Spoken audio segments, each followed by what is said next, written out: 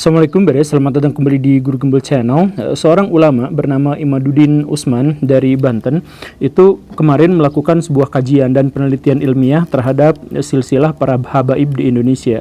Apakah mereka memiliki hubungan keturunan dengan Nabi atau tidak? Setelah menelusur berbagai kitab-kitab silsilah, ada 9 kitab yang ditelaah dan ada beberapa yang lainnya yang merupakan pemandu dan pendamping. Akhirnya beliau memberikan kesimpulan bahwa silsilah para habaib itu terputus kepada Nabi Muhammad, atau tidak valid, atau tidak ilmiah, atau kemungkinannya sangat kecil untuk benar-benar tersambung.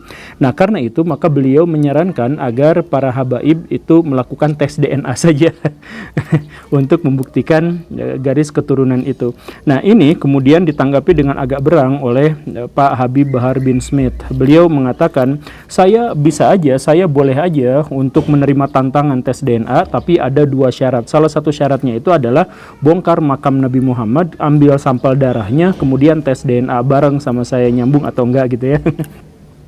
Saya sih sebenarnya agak keberatan dengan ini. Kenapa seperti itu? Ya maksudnya gini, kalau Habib Bahar itu memang tidak mau tes DNA, ya udah nggak mau, selesai di situ, nggak apa-apa gitu. Nggak usah sampai menghina dan menistakan Nabi Muhammad. Kan dalam Islam membongkar makam kemudian ngambil sampel darah atau hal yang semacam itu kan sebenarnya adalah penistaan terhadap jenazah, dan sesuai syariat Islam itu nggak boleh, itu terlarang keras. Nah, ini kenapa malah membuat syarat yang begitu tidak mungkin dilakukan oleh kaum muslimin di seluruh dunia. Nggak akan ada kaum muslimin di seluruh dunia yang memenuhi syarat itu, karena nggak akan ada mau menistakan Nabi Muhammad gitu. Kenapa? Kalau nggak mau ya nggak mau, kenapa harus menistakan juga sebagai persyaratannya gitu. Lagian Pak Habib Bahar bin Smith kemudian mengatakan bahwa orang-orang yang meragukan silsilah habaib di Indonesia itu kalau tidak orang Yahudi, orang sesat, ya orang anak zina gitu. Dia akan mengatakan seperti itu. Ya nggak usah juga disebutkan seperti itu, tapi ya udahlah, nggak apa-apa lah ya. Kalaupun Habib Bahar bin Smith tidak mau tes DNA, maka ada yang mau ternyata, yaitu Najwa Shihab. Mbak Nana itu tahun 2019 dites DNA oleh seorang pakar genetika di Indonesia, yaitu namanya adalah Ibu Dr. Herawati Sudoyo. Nah, hasil dari tes DNA itu menunjukkan bahwa ternyata Najwa Shihab itu kecil kemungkinan berasal dari silsilah Nabi Muhammad. Kenapa seperti itu? Karena 50% DNA-nya justru berasal dari Asia Tengah, Asia Selatan, dalam hal ini adalah India. Jadi beliau keturunan India ya, 50%-nya. Kemudian sekitar 20%-an itu adalah keturunan dari Afrika Selatan, suku Berber, Afrika Utara, suku Berber. Kemudian berikutnya sampai keturunan Arab itu hanya 2,2% gitu. Jadi keturunan Arab aja hanya 2%, keturunan Nabi kemungkinannya menjadi jauh lebih kecil dari itu. Nah, ya kalau Ibu Najwa Shihab, Pak Quraisy Shihab dan sebagainya kan sebenarnya nggak jadi masalah. Tetapi kemudian kan banyak juga akhirnya yang menentang penelitian ini, yang menganggap begini dan begitu. Ini kan masalahnya silsilahnya sudah tertera dalam Rabithah Alawiyah dan sebagainya. Nah, di episode ini kita akan sama-sama bahas tentang bagaimana orang yang meragukan tentang silsilah para habaib di Indonesia. Ayo selengkapnya kita mulai.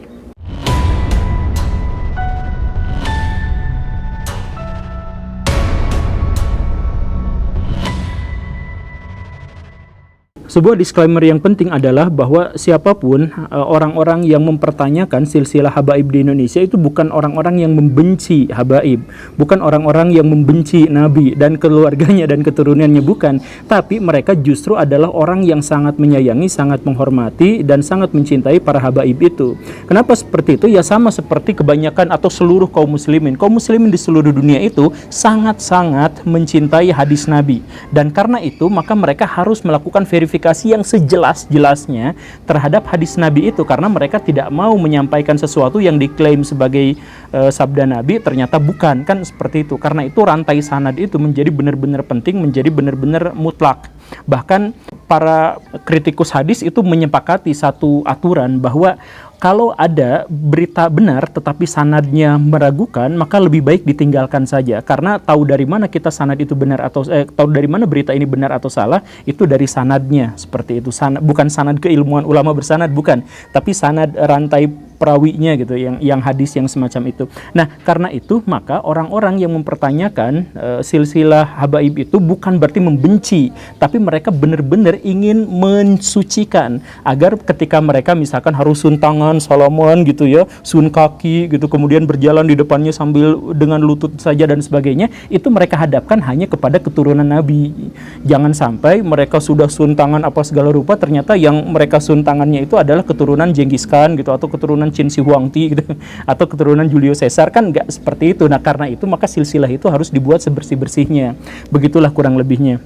Nah, bagaimana silsilah itu bisa kita ketahui benar salahnya? Ya tentu saja sudah dituliskan dalam Rabithah Alawiyah yang para habaib itu datang ke Nusantara sekitar tahun 1880-an sampai 1940-an, dan mereka semua sudah memiliki yang tadi itu, silsilah keluarga sampai ujung-ujungnya adalah Nabi Muhammad begitu. Dan kemudian oleh Rabithah Alawiyah itu tahun 1900 awalan itu kemudian disusun ulang semuanya, disatu-satukan gitu, dan sampai sekarang mereka juga masih melakukan penelusuran dan penyusuran itu.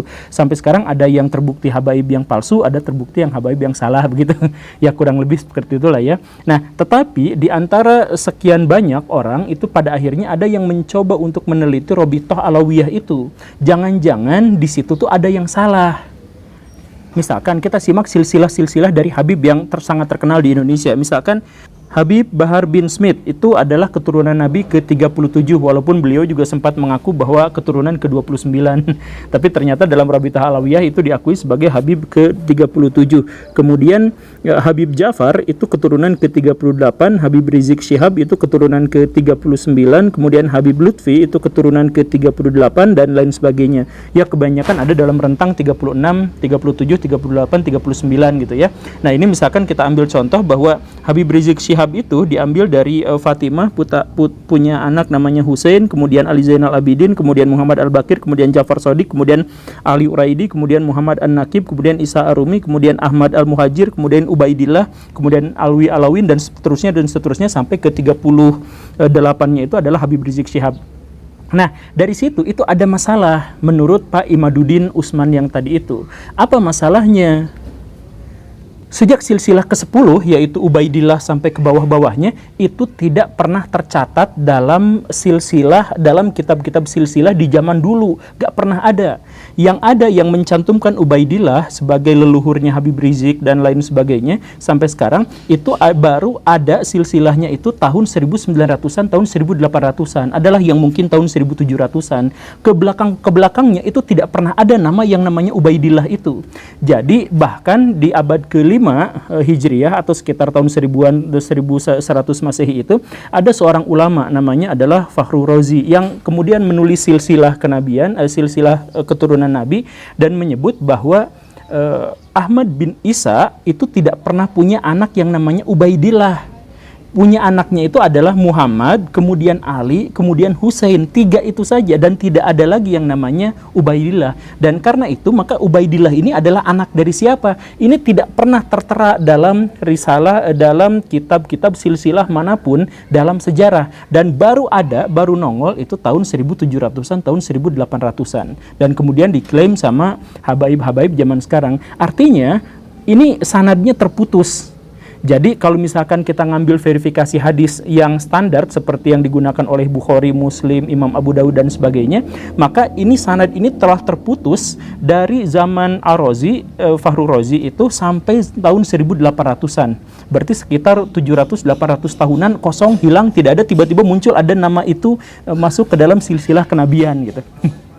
Nah, maka di sini masalahnya double, kecacatannya itu adalah ganda. Kenapa? Yang pertama itu adalah bahwa Ubaidillah, nama Ubaidillah itu tidak pernah tercatat dalam kitab silsilah manapun sebelum tahun 1700-an, sebelum tahun 1800-an. Itu yang pertama, tidak tercatat, sanadnya putus. Yang kedua, justru malah kitab abad ke-5 Hijriah atau tahun 1000-an Masehi, 1100-an Masehi justru menyangkal ada namanya Ubaidillah, karena Ahmad bin Isa itu punya anak yaitu Ali, Muhammad, dan Husain. Tidak ada yang namanya Ubaidillah. Nah, karena itu maka silsilah Habib Rizik dan sebagainya sampai ke atas, sampai ke Ubaidillah ini terhenti di situ.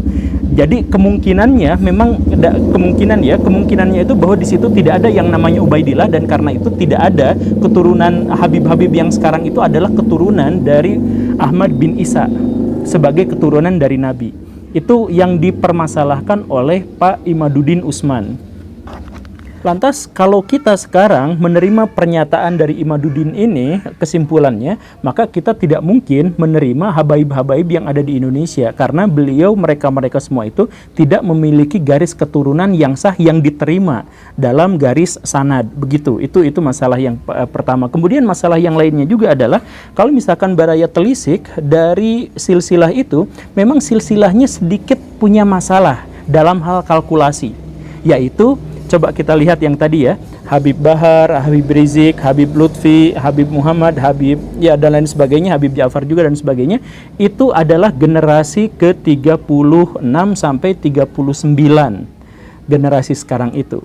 Nah, padahal jarak dari Nabi Muhammad ke sekarang itu, kalau misalkan kita masukkan ke Hijriah, itu sekitar 1.500 tahun bedanya itu. Jadi Nabi dilahirkan 50 tahun sebelum Hijriah kan, sekarang tahun 1444 Hijriah ketika video ini dibuat. Maka berarti dari Nabi lahir sampai sekarang itu berarti sekitar 1495 tahun. Ya kita bulatkan beda 5 tahun, ya kita bulatkan jadi 500 tahun Hijriah, 1500 tahun Hijriah. Sedangkan kalau dikonversi ke Masehi maka menjadi 1453-an Masehi kan begitu. Nah, 1500 tahun itu di seluruh dunia generasi yang berpindah, generasi yang berubah, generasi yang ada itu adalah sekitar 50 sampai 75 generasi.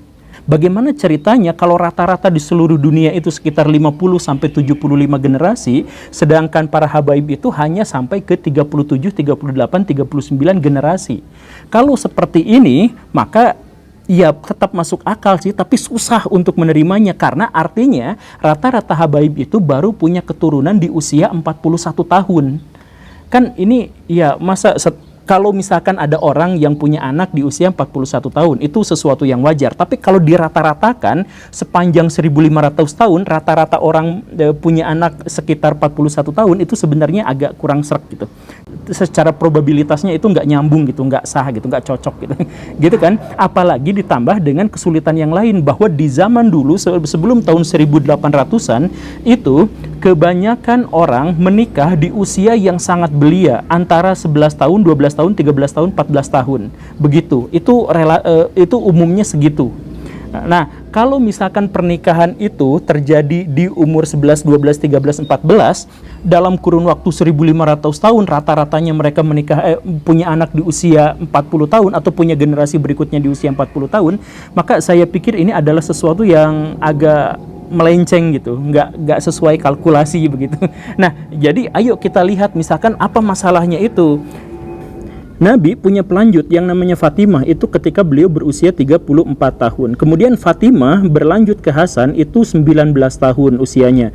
Husain ke pelanjut berikutnya yaitu Ali Zainal Abidin itu 33 tahun. Kemudian Ali Zainal Abidin ke Muhammad Al-Baqir itu 17 tahun.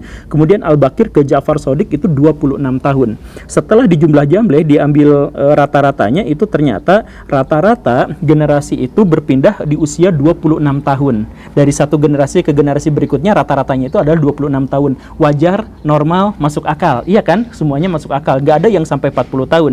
Tetapi setelah Ahmad bin Isa yaitu Ubaidillah, nah di sini adalah masalahnya. Seperti yang tadi ya, Pak Imaduddin itu mempermasalahkan Ubaidillah itu tidak ada sanadnya, tidak ada garis silsilahnya, tidak ada catatannya. Nah, dalam kalkulasi ini juga jadi masalah. Ketika Nabi sampai Ja'far Shadiq katakanlah itu rata-rata 26 tahun dan itu wajar, itu masuk dalam rata-rata orang di seluruh dunia. Pada masa berikutnya dari Ubaidillah itu menjadi sangat berbeda. Misalkan Ahmad bin Isa ke Ubaidillah itu 40 tahun rentang perbedaannya. Kemudian Ubaidillah ke Ali anaknya itu 30 tahun, Ali ke Alwi 20 tahun, Alwi ke Muhammad 40 tahun, Muhammad ke Alwi generasi berikutnya itu 60 tahun.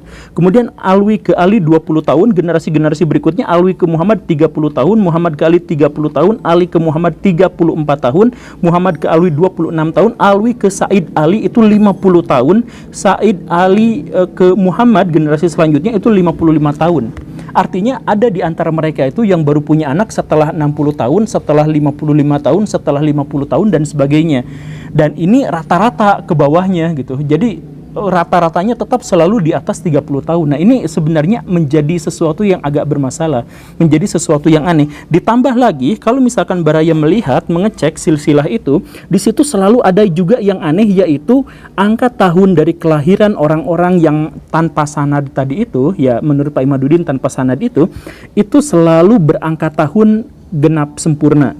Misalkan Ubaidillah lahir tahun 320 Hijriah, Ali Al-Mubtakir itu 350 Hijriah, Muhammad Al-Maula itu 390 Hijriah, Alwi Syahib itu 450 Hijriah, Ali Qoir Qasam itu sekitar 470 Hijriah, dan Muhammad Sohib itu 600 Hijriah, dan seterusnya dan seterusnya. Angkanya itu pas. Jadi tahun 600, tahun 700, tahun 650 gitu. Semuanya itu gak ada yang koma-koma sekiannya gitu. Begitupun dengan jarak antara dari ayah ke anaknya itu juga pasti genap pas gitu, puluhan gitu, nggak ada satuannya gitu. Nah, ini kan sebenarnya agak rancu, agak aneh gitu. Jadi bagaimana ceritanya kalkulasi itu selalu rata-ratanya adalah sekitar 41 tahun, kemudian rentang dari satu generasi ke generasi yang lain itu sekitar 2 atau 3 kali lipat daripada generasi yang pada umumnya, dan kemudian angkanya juga dipas-pasin semuanya seperti itu gitu. Ini saya pikir sih nampaknya juga rancu. Nah, jadi dalam hal ini maka kita menemukan ada 3 aspek yang benar-benar meragukan silsilah para habaib di Indonesia. Yang pertama itu adalah tes DNA yang menunjukkan bahwa misalkan yang marga Syihab saja sampai sekarang itu ternyata 50%-nya itu adalah DNA India. Itu yang pertama, tes DNA. Kemudian yang kedua itu adalah dari rantai sanad yang biasa digunakan oleh kaum muslimin di seluruh dunia, itu ternyata sanadnya terputus. Baru muncul tahun 1800-an, bahkan sudah dibantah sanadnya, bukan hanya terputus tapi terbantah sanadnya dari kitabnya Fahru Rozi dan kitab-kitab yang lainnya. Kemudian yang ketiga, secara kalkulasi hitung-hitungan generasi, ternyata generasi para habaib itu jauh lebih tua dan jauh lebih panjang daripada generasi-generasi manusia di seluruh dunia. Nah, rata-rata manusia di seluruh dunia. Ini kan aneh. Nah, tapi ya apapun itu, karena pesawatnya juga sudah lewat, mari kita diskusikan. Ini bukan final pernyataan saya ya. Ini bukan final, ini mari kita sama-sama menelusur, mari kita sama-sama menelaah. Karena bagaimanapun kan kita harus menghormati para keturunan Nabi. Dan karena itu maka kita harus menghormati orang yang benar gitu. Jangan-jangan kita malah menghormati orang yang salah gitu. Jadi silahkan cek DNA-nya, silahkan cek apa dan sebagainya. Saya sih pernah baca bantahan gitu ya, bantahan terhadap Syekh Imaduddin gitu yang menyatakan bahwa DNA itu apa. Tapi kan sebenarnya bantahan yang saya baca gitu itu juga terlalu tendensius gitu. Misalkan tes DNA itu kan dari Yahudi, itu kan nggak pantas gitu dan lain sebagainya, dan itu adalah orang-orang bodoh, orang-orang awam yang tidak tahu soal tes DNA dan sebagainya gitu ya. Dan kemudian orang yang menulis itu bantahannya mengatakan bahwa itu lihat tuh, menurut tes DNA itu ternyata teori evolusi itu sekarang terbantah oleh bukti sains yang di zaman sekarang dan sebagainya gitu ya. Itu saya pikir sih tidak layak. Saya aslinya mau mencari bantahan-bantahan dari Pak Imaduddin ini, tapi malah mendapatkannya ya pernyataan-pernyataan yang seperti itu. Jadi diskusi tetap dibuka, mari kita sama-sama membahas apakah, atau berserta buktinya tentu saja ya, apakah silsilah dari habaib-habaib yang ada di Indonesia itu sah dan meyakinkan atau tidak. Terima kasih karena sudah menyimak. Saya Guru Gembul. Assalamualaikum warahmatullahi wabarakatuh.